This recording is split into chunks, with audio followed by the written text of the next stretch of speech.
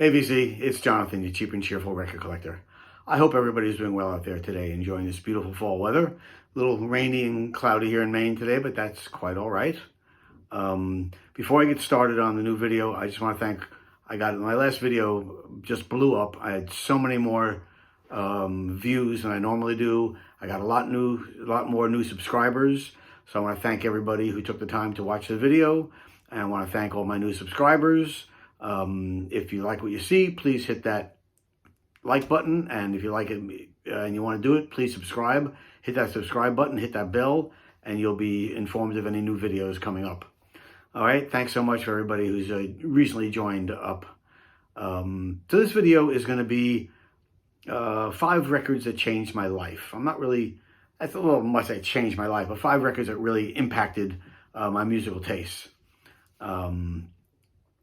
First one, 1965. I'm 16 years old, and I'm really into folk music, and I'm in the whole folk revival thing, and I hear about this guy, John Hammond, and somehow I got this record. I don't remember how I got it, but it's John Hammond record called So Many Roads, and the reason it's so impactful is that, first off, I love the record, but as I looked on the back and you start reading things, these people who are on the record, and it's sort of, when you look at the back, and accompanying himself on guitar with, on harmonica, C.D. Musselwhite, on guitar, Jamie R. Robertson, on drums, Mark Levon Helm, on piano, Michael Bloomfield, on bass, Jimmy Lewis, and on Hammond organ, Eric Hudson.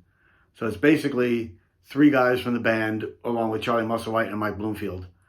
And I didn't know the names at that point in 65. I was just starting to get to know them. Bloomfield I knew from Paul Butterfield Blues Band. But the thing that got me about this album is that on the song list down there at the bottom, if you can see, when I looked at the songs, I saw he put the names of who wrote the songs. So down on the bottom, Willie Dixon. I had never heard of Willie Dixon, but I loved it. So I said, I got to check out who Willie Dixon is. Long distance called Muddy Waters. I knew who Muddy Waters was. Who Do You Love? E. McDaniels. Who's E. McDaniels? Of course, Bo Diddley. Judgment Day, Robert Johnson. Again, by 65, I had never heard of Robert Johnson. So from this record, I sort of helped me delve into other blues artists, the originals. Ramblin' Blues, Robert Johnson again, Willie Dixon, Baby Please Don't Go, Big Joe Williams, and Big Boss Man Luther Dixon and Al Smith. So from the credits on the back of the album, I was able to then dig deeper into the blues and find out more about the original blues artists. And so this record really had a big impact on my development in enjoying and listening to the blues. So John Hammond, So Many Roads. Next one, this is not the record, but it's a record by this group that my older sister, her boyfriend, brought to the house one time. And I had never heard anything like it. And I was like, that is so, it's a country, I don't know what it is, but I loved it immediately. And it's the band New Lost City Ramblers. And this is Mike Seeger, who's Pete Seeger's brother, along with John Cohn and Tom Paley. And they did old-timey music. And this is 1963 this came out. And they were doing songs from the 1920s. They were researchers. They researched a lot.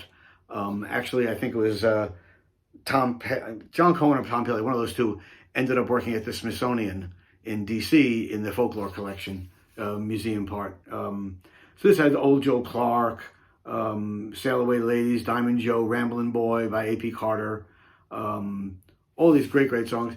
And I got so into this old-timey country music that when the Byrds and these people and the all those bands started doing folk rock and stuff, I was like, I like this stuff better. So this it got me started on that whole thing of country, old-timey music, bluegrass, etc. And from here, of course, then I went into liking Doc Watson and all the other artists of that era. But yeah, the New Lost City Ramblers, if you don't know them, definitely worth checking out. Amazing musicians and great old-timey music. All right. 1963, I'm 14 years old.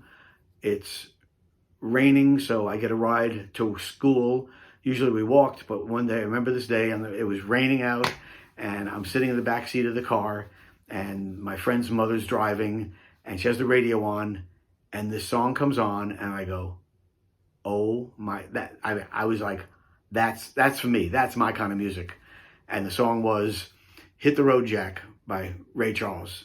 I never forget being in the back of that car and hearing that music come by and hearing him do Hit the Road Jack. And I was like, oh my God, that's the music for me.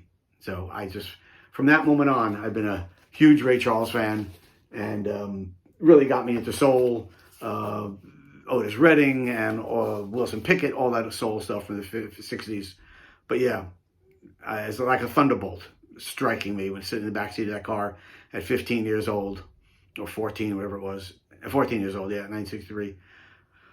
Might have been 13 or 14, and it was just like a thunderbolt. Hit the Road Jack by Ray Charles just really blew me away. Around that same period, we used to listen to a guy on the radio. His name was Gene Shepard.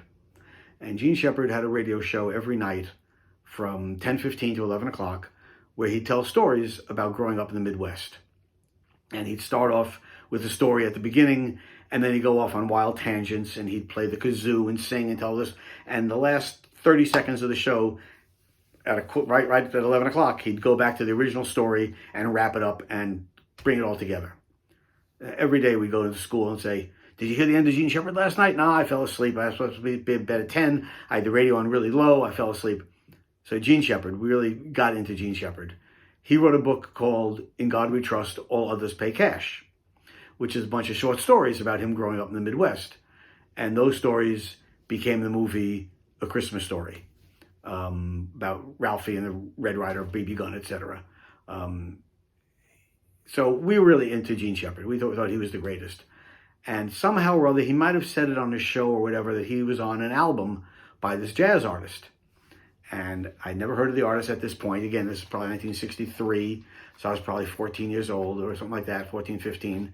And it's The Clown by Charles Mingus.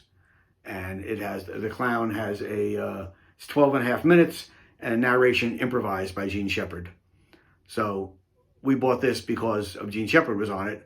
We listened to it, and then of course I got into the music itself, and I listened to this album over and over and over again for many years. This is not an original. I sold mine years and years ago, couldn't find an original, so I ended up getting this repress, which is just beautiful repressed, done really, really well. And the upshot is that the next year, I was with my buddy, and we were walking around Greenwich Village, and we passed by the Village Vanguard. It was a Sunday afternoon, and they had a sandwich sign outside, and it said, matinee performance, Charles Mingus.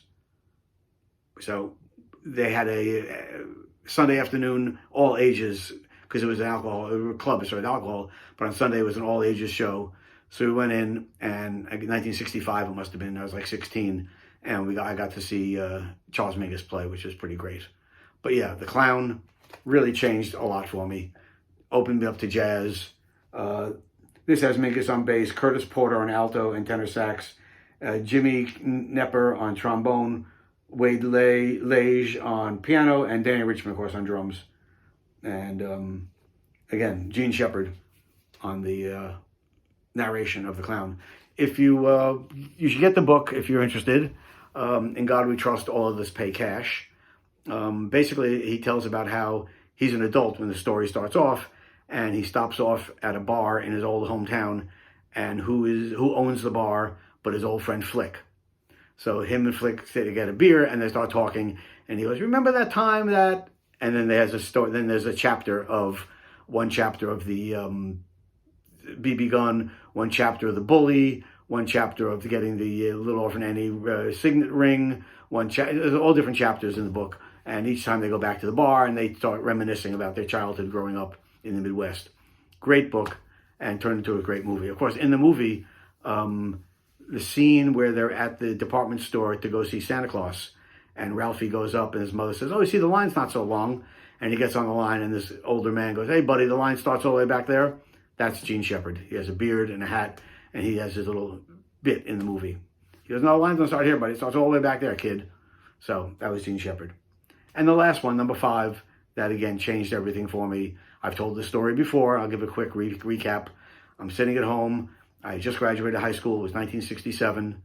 Getting ready to go to college. And the phone rings, and it's my buddy from next door. And he starts, I can tell he's really excited. He goes, stop whatever you're doing. Stop, just come over right now. Just drop what you're doing. Run over to my house right now. Come on, come on. So I dropped everything, ran over his house. He goes, you got to hear this. You got to hear this. And he puts this record on the record player. And it was the Jimi Hendrix Experience. Are You Experienced? And at that point, of course, I had never heard anything like it because there never had been anything like it. And completely blew my mind. We played this record constantly. For that first year, I went out probably the next day and bought a copy and took it to college with me and played it forever. And it was just amazing. I actually got to see Hendrix twice back in the day. And yeah, this record changed everything for me. It was like the possibilities were endless after this. Anything goes. So yeah, those are 5 records that sort of changed my life. I could have picked another 5 easily. Velvet Underground, Rubber Soul by the Beatles, because up to Rubber Soul, I never took the Beatles seriously. We were much more into the Stones and the Animals and the Kinks. The Beatles were like the band that all the girls' mothers liked, you know. But when Rubber Soul came out, I was like, oh, they're a lot more than just I Want to Hold Your Hand and Yeah, Yeah, Yeah. I could have picked out another 5 albums easily of other bands, but those are the 5 I got for starters. I hope you enjoyed the video. Again, I really want to thank all the new subscribers I've gotten recently, and anybody else who's seeing it for the first time and they want to subscribe, please hit that subscribe button down below. I really appreciate it. And until next time, peace.